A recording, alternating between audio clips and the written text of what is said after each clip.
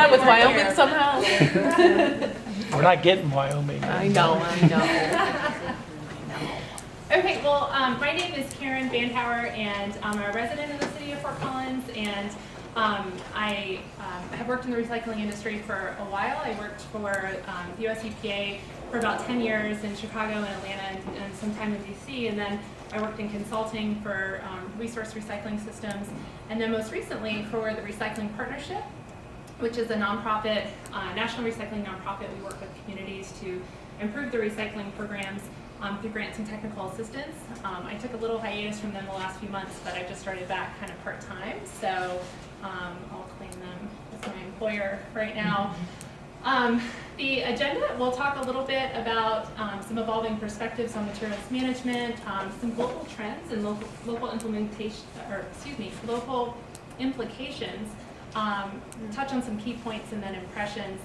But before I get started, I really want to extend a very warm thank you for inviting me to come. I really appreciate the City of Fort Collins as well, giving me the opportunity to come and speak with you today. And then just want to acknowledge that a lot of the content comes from both the Recycling Partnership as well as Resource Recycling, which is an industry trade publication. Feel free to ask questions as we go. If I say something that doesn't make sense or you have a question about or want to add to, we'll keep it really informal.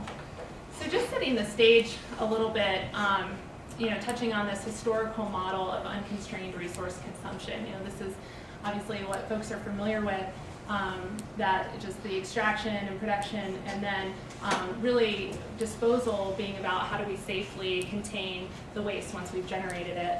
But that model is transitioning rapidly, and it has transitioned rapidly. The era of one-way engineering is really ending. This concept of circular economy and sustainable materials management has really grabbed hold. And it's throughout the industry and sectors. There's not just nonprofits around it now, but we also have divisions of very large companies that are very much focused on this and setting performance goals and metrics. And the Wall Street pays attention to these things, and this is kind of fundamental to the way that materials move today. So today's challenges are really systems-based challenges as a result. How do you take these resources that we have and make the best use for them and figure out how to make this system work more efficiently.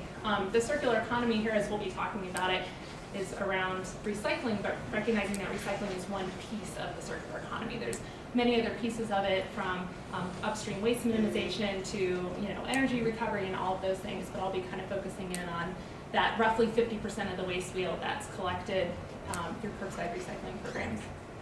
But what we do know, because it is a systems problem, obviously, is that it requires collaboration. And what's so exciting about the work that you're all doing is the fact that there is this recognition that this goes beyond political boundaries, and work is happening in this waste shed.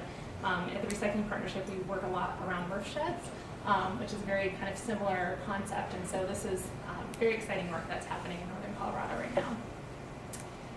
So just to frame things up a little bit more, I won't spend a lot of time on this because we'll come back to it kind of at the end of the presentation, but I've worked on a lot of different projects over the years, both with industry trade organizations and then with our work as a nonprofit, looking at, what is the fix? How do we fix the system? We've been at this since the 90s. We've been trying to raise material recovery rates. We've kind of stagnated. How do we fix this? What's that one solution? And what we've figured out from all the research that we've done and everybody that we've talked to is that there isn't one. If there was, we would have solved the problem a long time ago. What we see instead when you talk to communities around the country is where this is happening really well, there's usually these 6 things that are happening alongside of it. And 6 could be debatable, but roughly what you end up seeing is committed communities. Is there access for recycling, opportunities for expansion, public-private partnerships between haulers, communities, across community boundaries, supportive policy or best practices, really kind of leveling the playing field between disposal and recovery, robust processing infrastructure, you have to send the stuff somewhere, and then are they producing bales that end markets want, and are the end markets strong enough to set a price that's going to pull that material through? And then once all that stuff's in place, is there thoughtful education and outreach? I think it's interesting from the public forums, this concept of like, well, have we already educated enough? And if people aren't doing it now, maybe they just won't do it. to be honest, I don't really, but I get where the apathy piece comes from. I don't think I buy it necessarily. There is that kind of 10% of the population that just on principle won't participate. But then about 60% of the population are those sometimes recyclers that will recycle if it's convenient, if it's easy, if they understand. They want to recycle without thinking. They don't want to have to think about recycling. So have you done everything to make it that simple and easy for them? And if those answers are yes and they're still not participating, well then, forget them. But, that thoughtful education and outreach is really important, and it's important to maintain because it does help build that trust in the system that those 60% really need. So, current situation, EPA says 4.5 pounds of MSW. I know that the recent waste characterization report for this area put it more at 7.5. That's probably more right for the rest of the country too. But so there's a lot of waste being generated. Recycling rate is, modest. Although this number is not a recovery rate, it's a recycling rate, which is not quite fair because there's a good portion of that wheel that could never be collected through a curbside program, but gets kind of counted against this number. Programs are not performing up to their ability. If 60% is still going to the landfill, there's an underperformance issue. Why? What's causing that? Kind of understanding that issue, and that's across the country. That's across the country. Where if we look at a household, we can assume about 1,000 pounds is roughly household recyclables, and we say good programs are collecting 450 to 500 pounds. So, we're still missing quite a bit, even in really good performing programs. And then nationwide access to curbside is about 60%, so there's still room to grow there. And then the popular press is declaring the end of recycling. I think this is something that's new and interesting. Recycling got a lot of buzz in the 90s when curbside programs were first starting. Well, the last 2 years, Washington Post, John Tierney with his New York Times article, people are reading about recycling, and it's in the popular conscience in a way that is not necessarily bolstering the credibility of recycling, right? So that creates some challenges for communities as well. And a lot of that's related to this unique attributes of recycling. Recycling is very different from any other industry, as you all know, because it really is this loosely connected but highly dependent system. So whenever I think about it or talk about it, I think about those gears, the children's toys with all the gears that connect to each other. And really the community is that first piece, right, that you have to spin to get every other gear to go. So you have your community, but then you have your resident who uses a piece of paper and then has to decide, what do I do with it? And ultimately they're the start of the reverse supply chain for material recovery. So then they make that decision. Then it has to get collected. So can it be collected for that citizen? Is it easy and convenient? Do they have enough capacity? And then it has to go to a processor. Can the processor handle the material? Can they make a clean bale? Do they have buyers for it? And then you have the converters, and then you have the end markets, and then finally you have the brands and the retailers that are selling this stuff. So each one of those gears are dependent.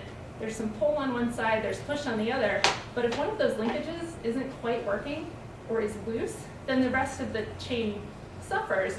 But the challenge is that you don't have the market feedback along the way. So, if a brand name company is saying, I want 60% post-consumer recycled content in my packaging, that demand on the system doesn't necessarily come back to the communities in terms of them improving and investing in their programs.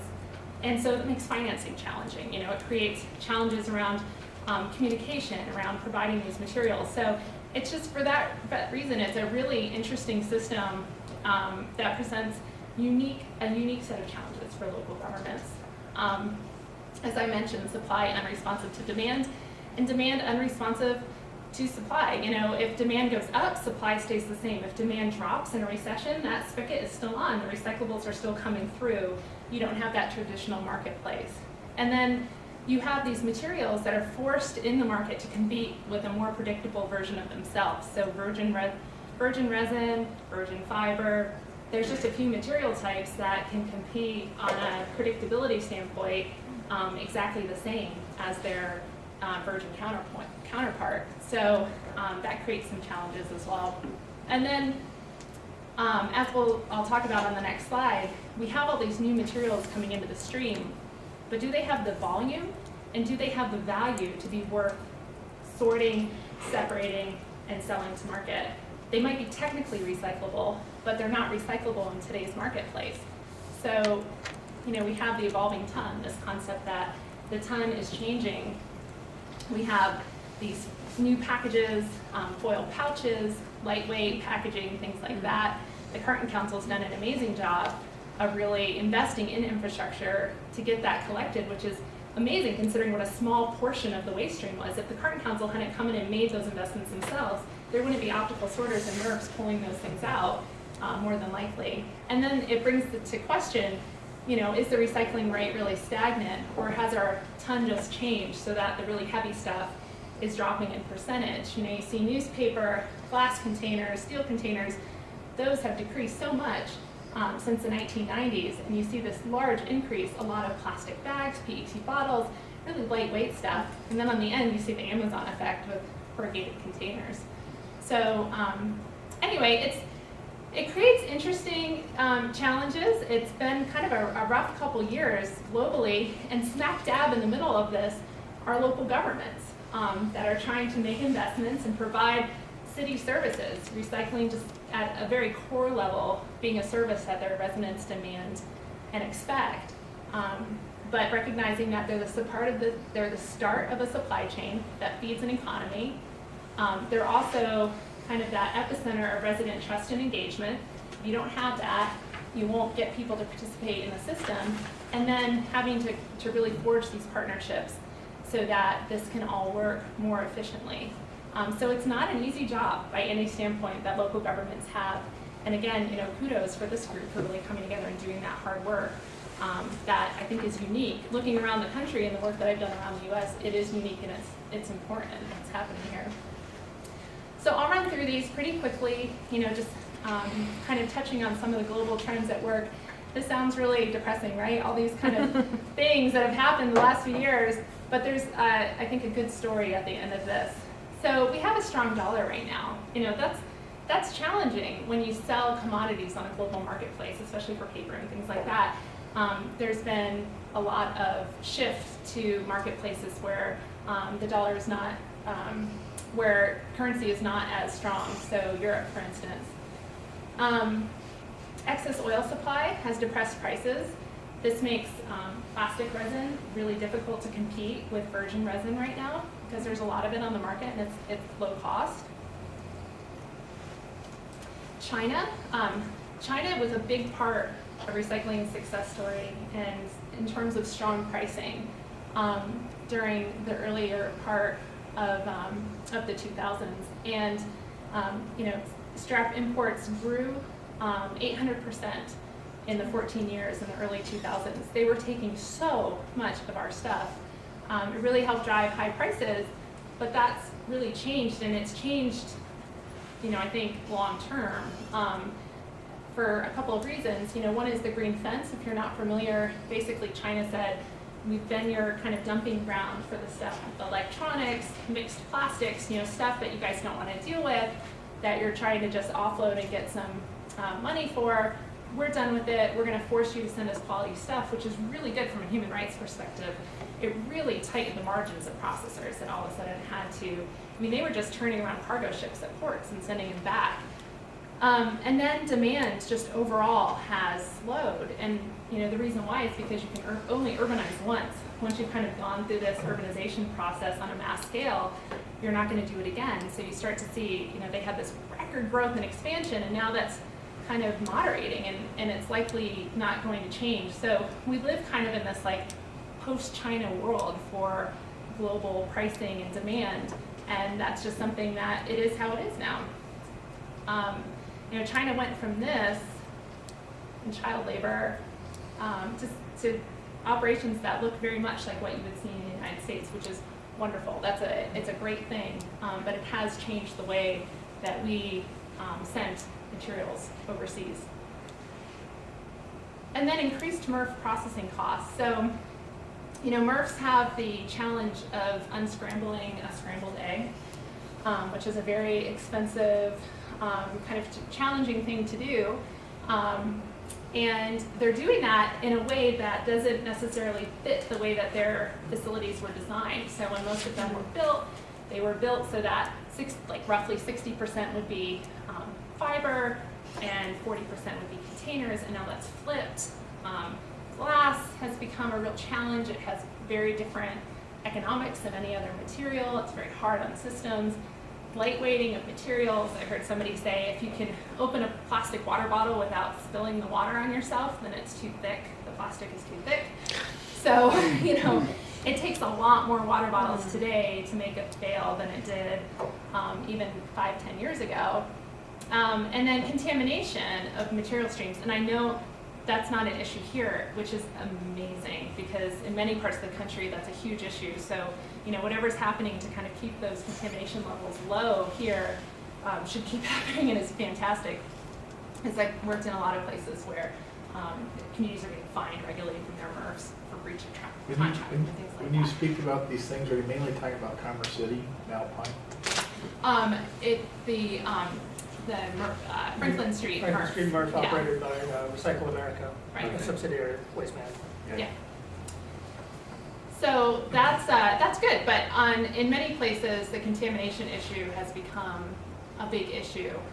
The value of a ton has gone down over time, of a commingled ton, and a lot of this has been the shift from higher value commodities, aluminum cans and things like that, and paper, clean office paper stuff, like things like that, over to plastics and other types of materials, and then at the same time, operation and maintenance costs have increased.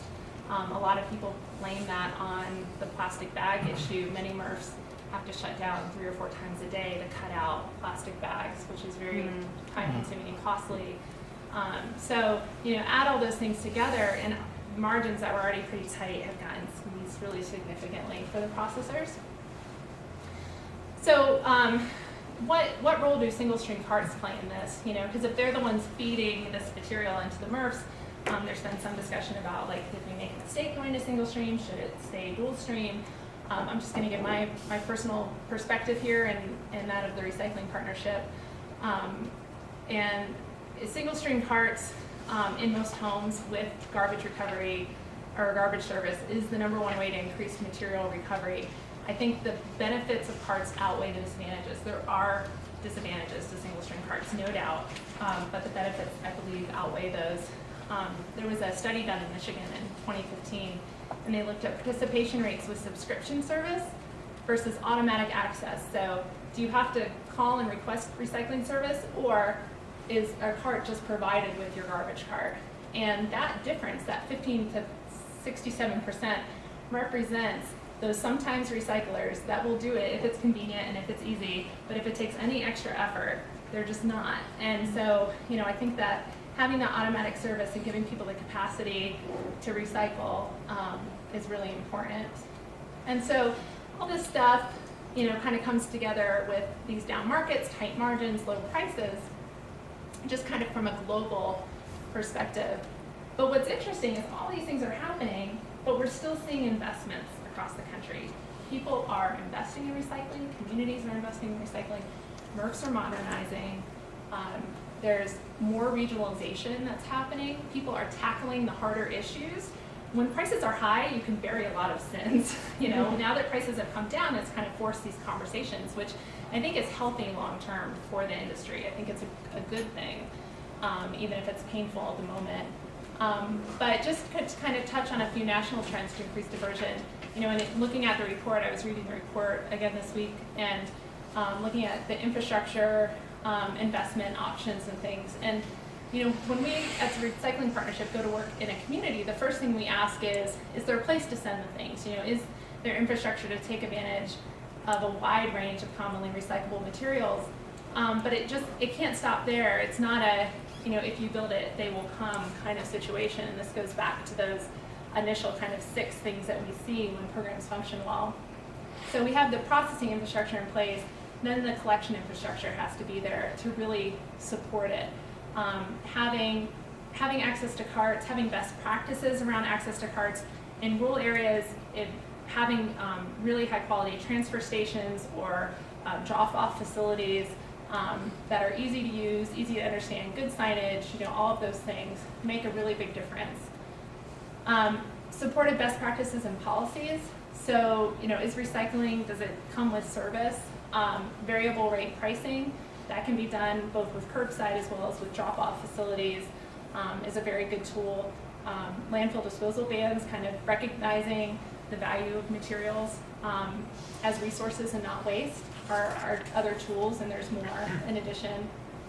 And then once all those things are in place, again, that quality education and outreach, having a common list, yes-no list, when people have a lot of mobility in a region, for them to understand that, when I recycle at my home versus when I go up to Rocky Mountain and I'm in Estes and it's all the same, that is extremely helpful for people. And it's something that regions are moving to right now across the country. So this is a concept that's getting picked up, I think, a lot to reduce confusion. And so the more you reduce kind of resident confusion and build that trust, the more engagement you end up with the system. And so this kind of stacking is what we're seeing around the country of communities coming together saying, do we have the infrastructure in place on processing, on collection? Are we working with our haulers, with our other municipalities? Do we have the right practices and policies for our region, recognizing politically, socially, everything is different around the country. What works in one place won't in another place necessarily. And then do we have good, clear communications materials that take advantage of common language and common terms as much as possible? So, just some general takeaways. Recyclables are raw materials, unique supply and demand features, no silver bullets. Communities are so important as the start of the supply chain. And sustainable materials management, I think it definitely, it's here, it's the future of where we're going. Recycling is a piece of it, of which, I know there's other conversations that go on about things like, do we reduce packaging or things like that, or, how do those things go together? And partnerships are needed. So what's next? Just from kind of a national perspective, I think this conversation that recycling is not free, it's not a money maker, it's not something that communities buy into so they can beef up their budgets by any standpoint. Having a real honest conversation about really what recycling is and what its role is within communities. The move to carts will continue. Data will increasingly drive investment, not just with waste characterization studies, but also like little quick snapshot recovery rate studies, curbside, material mix, like what are we missing, and then connecting education to that, connecting technology to that, apps, websites, kind of the integration of those things I think are on the horizon and are already here in some places. Contamination will dominate contract discussions in some parts of the country. Dissemination and adoption of local policies and best practices will continue. And then the growth of regional end markets and industry investment. So, really trying to grow as much as possible to protect against some of these global kind of price fluctuations and things like that as much as possible, growing regional end markets for investment. And then, really leveraging local, regional, and corporate goals and commitments to drive partnerships. Partnering with local companies that are opinion and thought leaders within their industries and really making progress that way. And so just some closing observations, for Northern Colorado, it really is a unique system here. I've lived and worked in a lot of different places around recycling, and the independent system here is unique, and it creates some challenges and also some opportunities, and I think figuring out how to leverage both of those is really important. Access being cart. There is a good amount of access via carts where it makes sense, recognizing that not in rural areas and in other places it doesn't. And there's good opportunities to, I think, leverage best practices around transfer stations and drop-off stations there as well. Common recycling education, yes/no lists, and operational best practices. Great opportunity for that, all to continue to maintain the high quality of materials that are already coming through.